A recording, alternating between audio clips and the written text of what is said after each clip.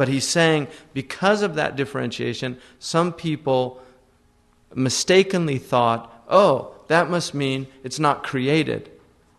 It's eternal with Allah subhanahu wa ta'ala. And that was the belief of some of the philosophers. وَقَالَ قَوْمٌ إِنَّهُ عَرَضٌ. And some of them said, oh, it's an accident. An accident in logic is something يَقُومُ بِهِ مَا قَامَ بِغَيْرِهِ. It's whatever needs something else to exist. So for instance, you have the flower and then you have the color. The color is an accident because the color exists through the substance. So the substance is essential, the color is accidental. That's what they call it. It doesn't mean by accident like we use it in common language. An accident is something that is not essential. And so that's what he's saying. Some of them said that the ruh was non-essential. It existed through the body. So what was essential was the body, the ruh was accidental. فَغَلَطُوا. But that's a mistake. لِأَنَّ الْعَرَضْ لَا يَقُومُ بِنَفْسِهِ. Because the accident cannot be substantiated by itself. It's not self-substantiating. وَيَكُونُ تَابِعًا لِغَيْرِهِ. And it always follows something else. فَالرُّوحُ هُوَ أَصْرُ إِبْنِ آدَمَ. The ruh is the origin of the children of Adam. It's the origin, so it can't be an accident. وَقَارِبُ إِبْنِ آدَمَ تَبَعٌ لَهُ. And the form of the son of Adam is actually subservient. It follows the spirit. فَكَيْفَ يَكُونُ عَرَضًا. So how could it be an accident? So he's refuting these views about the ruh that other people had. وَقَالَ قَوْمٌ إِنَّهُ جِسْمٌ. And some of them said, oh, it's material. These are the materialists. I mean, he's refuting each one of these different groups in his time. So there's some said, oh, it's a body. It must be material. And this is very modern. This is what they're trying to say now. They want to substantiate the materiality of consciousness. That consciousness is that it's really just chemical changes and exchanges. That's all it is. And so you take away that and you don't have consciousness anymore. Which is why, from our point of view, if you have somebody in a coma, you're just assuming they're not conscious. That's an assumption. If you go to a hospital and there's somebody there, you know how people talk to people in a coma and, you know, the doctors are kind of scratching their heads and, you know, this guy's in a vegetative state. You know, you're just wasting your time. Well, it makes him feel better, something like that. Those are all assumptions. Because there's animation in the body.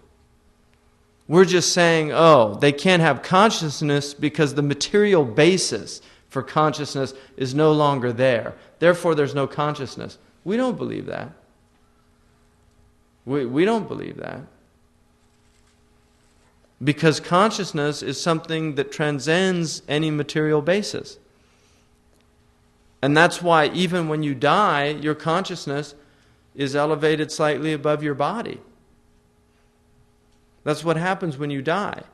And the people in the grave hear the people's patter of their footsteps above the grave. We know that. It's in the hadith. So there's consciousness. And people who have had what they call near-death experiences, who have had those experiences where they separate from the body, people have tried to explain that material. It's just this massive release, endorphic release, etc., etc. You can do that till the end of time. Try to explain away the experience of consciousness. But in the end, it's a mystery. It's a great mystery, consciousness. And that's what he's saying. Don't try to explain this away. It's an accident. It's a body. It's material. It's this or it's that. لأن الجسم يقبل القسمة. Because you can dissect the body. But where is the ruh? Where is it? Where can you put your scalpel into it? So how can you call it a body? فالروح الذي سميناه قلبا وهو محل معرفة الله تعالى ليس بجسم. So this ruh that we are naming the heart, and it is the place in which consciousness, awareness of God, knowledge of God dwells, is not a material substance. It's not a body. It's not an accident. بل هو من جنس الملائكة. It is of an angelic nature. It's of an angelic nature. ومعرفة الروح صعبة جدا. Knowledge of this ruh is extremely difficult. لأنه لم يرد في الدين طريق إلى معرفته لأنه لا حاجة في الدين إلى معرفته. Because there's nothing in the religion that has come to us that will give us this knowledge. When they asked him about the ruh, Allah said, say the ruh is from the command of my Lord. That's the extent of the knowledge. So he's saying we can't have knowledge of its reality, but this is what we can know about it.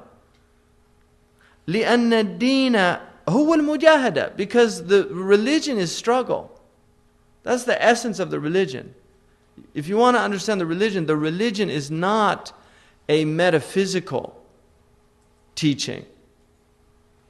The religion is a struggle in the world. That's what the deen is. It's a struggle in the world. It's mujahada. وَالْمَعْرِفَةُ عَلَامَةُ الْهِدَايَةِ. And all knowledge is it's a sign that you're guided. That's what knowledge is. It's a sign that you're guided. كما قال سبحانه وتعالى وَالَّذِينَ جَاهَدُوا فِينَا لَنَهْدِيَنَّهُمْ سُبَلَنَا. Those who struggle for our sake, we will guide them to our pathways. We'll guide them to our pathways.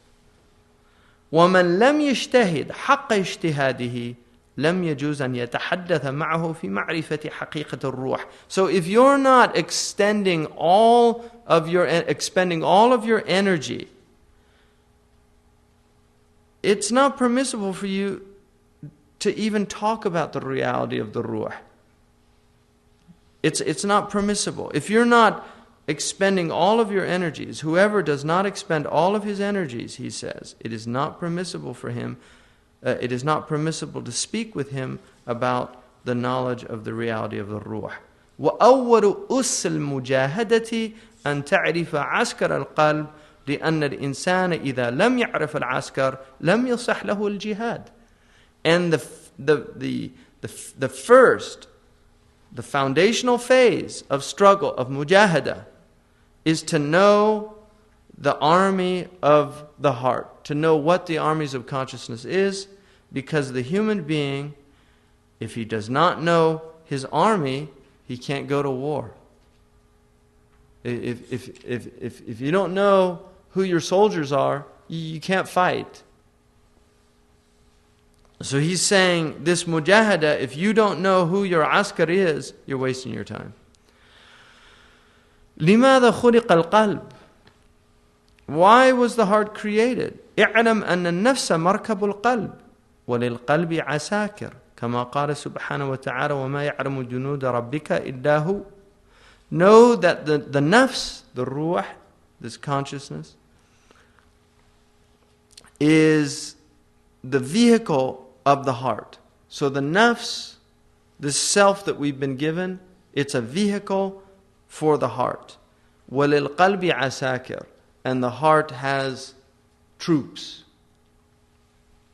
كما قال سبحانه وتعالى, just as Allah, glorified and exalted be He, said, and no one knows the soldiers of your Lord save He. So only God knows the number of soldiers that He has. وَالْقَلْبُ مَخْلُوقٌ لِعَمَلِ الْآخِرَةِ طَلَبًا لِسَعَادَتِهِ. The heart was created for otherworldly labor in order to seek felicity of the next life. That's why the heart was created. That's the purpose of the heart. وَسَعَادَتُهُ مَعْرِفَةُ رَبِّهِ عَزَّ وَجَلَّ. And its felicity is knowledge of its Lord, the exalted and the majestic. وَمَعْرِفَةُ رَبِّهِ تَعَالَى تَحْصُلُ لَهُ مِنْ صُنْعِ اللَّهِ. And this knowledge of its Lord, the exalted, is achieved through the creation itself. So the way that you know your Lord is through the creation. The way the heart comes to know Allah subhanahu wa ta'ala is through the creation. وَفِي أَنفُسِكُمْ, in your own selves. سَنُرِيهِمْ آيَاتِنَا فِي الْآفَاقِ وَفِي أَنفُسِهِمْ. He began it with that. It's through the self. And then he says, وَهُوَ مِنْ جُمْلَةِ عَالَمِهِ, and the heart itself is among the totality of its world. ولا تحصل له معرفة عجائب العالم إلا من طريق الحواس. And you cannot know these wondrous aspects of the world except by means of the senses, your حواس. والحواس من القلب والقالب مركبه. So the senses are from the heart. So they're part of consciousness. The senses are from the heart. And the qalib, because the Arabs say al-qalb wal-qalib. The qalb, you have the qalb, the essence, and then you have the qalib, the body. So the body is the vehicle for the senses, for the experience of the senses. ثم معرفة صيده ومعرفة شبكته. So you cannot get this knowledge except also by knowing how to hunt. You have to know how to seek this out. And also knowledge of the net that you hunt with. So you have to, in order to achieve this knowledge of Allah through His creation, through the use of the senses, you have to understand how to do that. And you also have to understand the tools that you've been given to do that. وَالْقَارِبُ لا يقوم إلا بالطعام والشراب والحرارة والرطوبة وهو ضعيف على خطر من الجوع والعطش في الباطن وعلى خطر من الماء والنار في الظاهر وهو مقابل أعداء كثيرة. So he says, والقالب لا يقوم إلا بالطعام. The body, which is the vehicle for the senses, the vehicle for this knowledge, it's only substantiated, it's only maintained through food, through drink, through this heat having caloric content, rutuba, through the moisture of life, and it is extremely weak. It's constantly exposed to hunger, to thirst inwardly, and it has the danger of water and fire outwardly. It can drown, it can be burnt, and then it is constantly facing many enemies. So, ma'rifatu asakir al-qalb. How do we know then the troops of the heart? تحتاج أن تعرف العسكرين. You need to know two troops. وذلك أن العسكر الظاهر هو الشهوة والغضب. The outward troop is shahwa and ghadab. It's desire and anger. Those are actually troops. So those are there for the heart. Shahwa and anger, what's called the concupiscent and the irascible soul. وَمَنَازِلُهُمْ فِي الْيَدَيْنِ. And the way station of these places, the way stations along the way, the places where they alight, the alighting places, the abodes of these, are the hand, في اليدين والرجلين والعينين والأذنين وجميع الأعضاء, and all of the limbs. So that's the first, the outward askar, the outward army. The external army is shahwa, the desire, والغضب, and anger.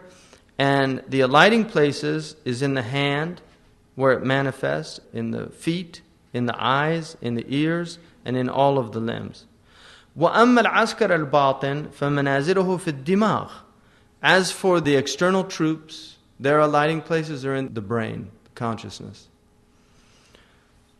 So he says, وَهُوَ قُوَّ الْخَيَالِ وَالتَّفَكُّرِ وَالْحِفْظِ وَالتَّذَكُّرِ وَالْوَهْمِ. And these are the powers of imagination, of reflection, of memory, of recollection, and of supposition. So these are all powers that you've been given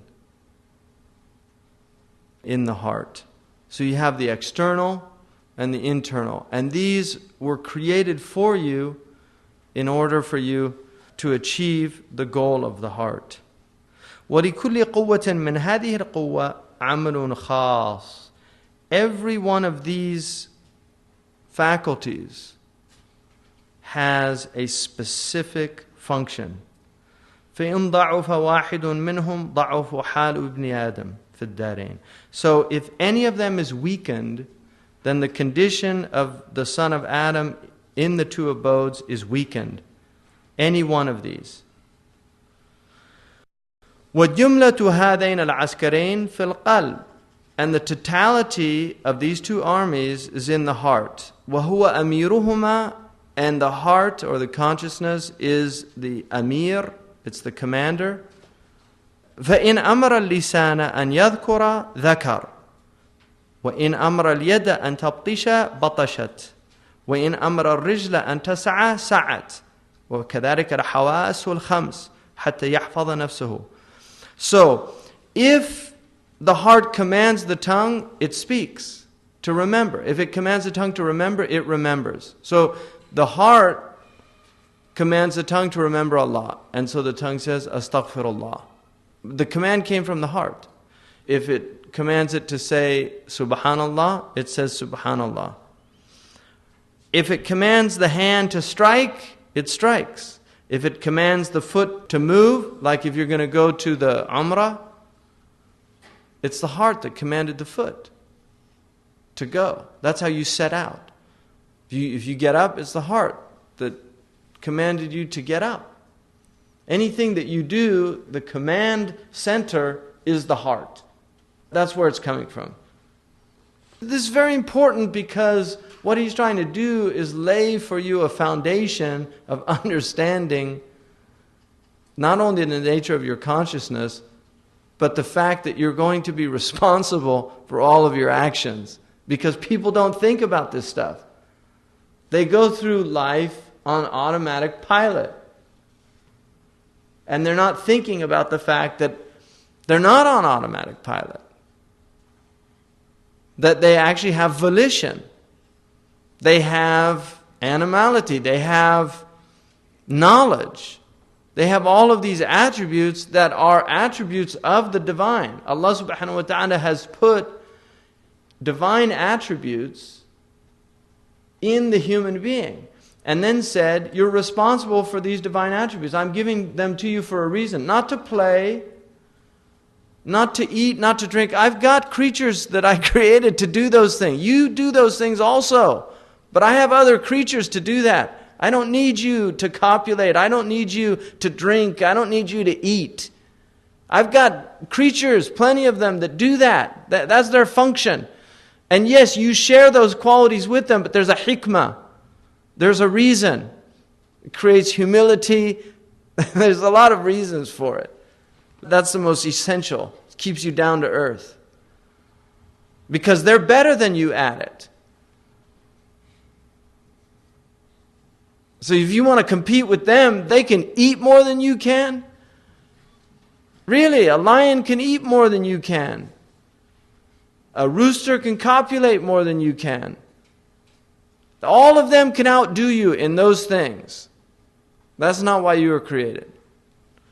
So, know what your amir is. The amir is the heart. And he's going to explain why you have to have that knowledge. Because the troops mutiny. You have time when the army overthrows the commander-in-chief. It's called a coup d'etat. So that happens. The troops get out of control. And they take over. And then what happens? They wreak havoc in the land. Ghana, they have a coup every couple of weeks. But what happens? Every time they have a coup, there's another, it's all disaster. People get shot. There's all this bloodshed, all this turmoil. They show pictures. It's all in chaos. The town's in chaos. That's what happens when the troops rebel. And then he says, so you've been given these 5 senses in order to protect yourself. If there's fire, you touch it, ouch, that burns. Okay, I know not to do that again. Right? you kick the rock. You know, Dr. Johnson, Berkeley said everything is in the mind. Berkeley was an idealist. So he said none of this has any reality.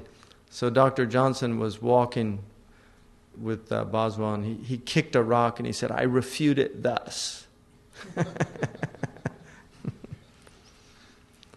But that's why you have senses, because that hurts. If you kick a rock, it hurts. You know not to kick a rock again. Right? That's the purpose of the senses, is to preserve the nafs. كَيْمَا يُدَخِّرَ الزَّادِ لِلدَّارِ الْآخِرَةِ. In order that you can put away provision for the next life. وَيُحَصِّرَ الصَّيْدِ. So the soul can also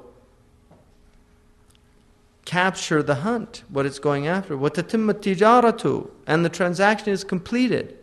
وَيَجْمَعَ بَذَرَ السَّعَادَةِ. And gather the seed of otherworldly felicity. So this is all why you've been given this. وَهَؤُلَاءِ طَائِعُونَ الْقَلْبِ. All of these are in obedience to the heart. كَمَا أَنَّ الْمَلَائِكَةَ طَائِعُونَ لِلرَّبِّ سُبْحَانَهُ وَتَعَالَى وَلَا يُخَالِفُونَ أَمْرَهُ. Just as the angels are in obedience to their Lord, glory and exalted is He, and they do not disobey His commands. لَا يُخَالِفُونَ أَمْرَهُ. So these things that you've been given, they're in subservience to you.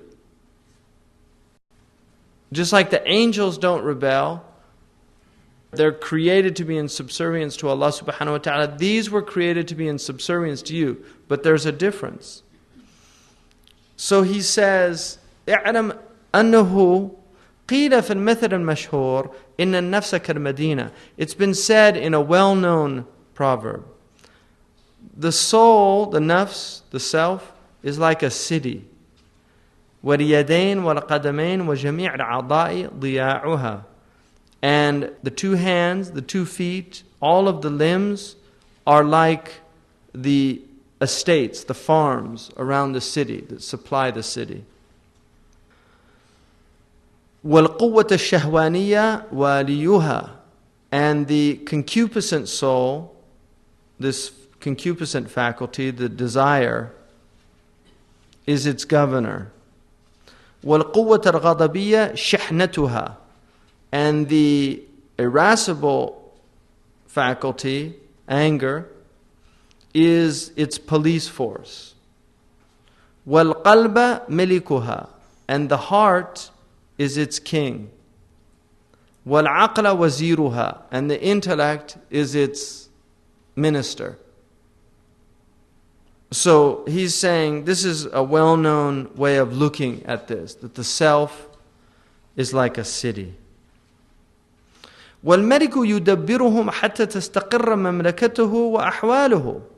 And the king is managing them in order for his dominion, his kingdom, to have stability and the conditions to be stable. لأن الوالي هو الشهوة كذاب فضولي مخلط. Because the governor is shahwa, it's desire, and it's a liar, it's officious, meddlesome, it's mukhallat, it's confused, disordered. That's the governor. See, this is why, if you wonder why there's bad governments and you always have these people, it's because it's all for you to understand the nature of yourself. Everything out there is in here. So when your self is disorderly, everything out there has to be disorderly. كيفما تكونوا يولى عليكم. As you are, so are people put over you. It's for you to understand the nature of yourself. Everything out there is for you to get self-knowledge, for you to understand yourself, because in understanding yourself, you're going to know your Lord. So if you look out there, he's saying the governor is a disaster. He's out of control. And he needs to be controlled. And then وَالشَّحْنَةُ, the police force, وَهُوَ الْغَضَبِ, it's this قُوَّة الْغَضَبِيَّة, the irascible soul. شِرِّيرٌ قَتَّالٌ خَرَّابٌ. Right? He's murderous, devastating, vile. He's a criminal. This is police, Rodney King. That's what he's saying. They're a disaster. If you let them out of control, they'll go out of control. So what do you do? فَإِن تَرَكُهُمْ الْمَلِكُ عَلَى مَا هُمْ عَلَيْهِ هَلَكَتْ الْمَدِينَ وَخَرِبَتْ. If the king leaves them to do whatever they want, the city's destroyed. It falls into ruin. Because they're doing their functions. That's all they know. They know what they're supposed to do. But if they're not being controlled, they go out of control. Because they're not a command center. They don't have that aql. The police have guidelines, and you have to keep them within the guidelines. Because they lose it. They don't know. You give a man a gun, and he suddenly becomes arrogant. Put a gun on anybody's side, and there's a swagger that shows up. Right? They start walking differently. They look at you differently. Right? You got a problem? Right? Seriously, because he's got a gun. I mean, I told my boys if people would go back to carrying swords and guns, you'd see an amazing change in the basic courtesies of people out there. Because part of the problem is if they're afraid, suddenly they smile and really. It's like the police, oh, officer, did I do something wrong? Why are you being nice to him? Because you're afraid. You were just miserable to the person at the cash register. Hurry up, I'm in a hurry. You know, latte, no foam, right. Where is it? And then they go out, seriously, that's what people do. They're pathetic. Because they're out of control. Completely out of control. So that's what happens in a city. It's all a disaster. And that's why when somebody comes in to a city that has authority, suddenly everything changes, people's behavior changes. It happens. People rectify cities. If you get a serious ruler, a governor that knows exactly what to do and has the wisdom to do it, things change. People change. Benjamin Franklin said one preacher came into Philadelphia and he said he saw within months the effects of the preacher on the character of the people.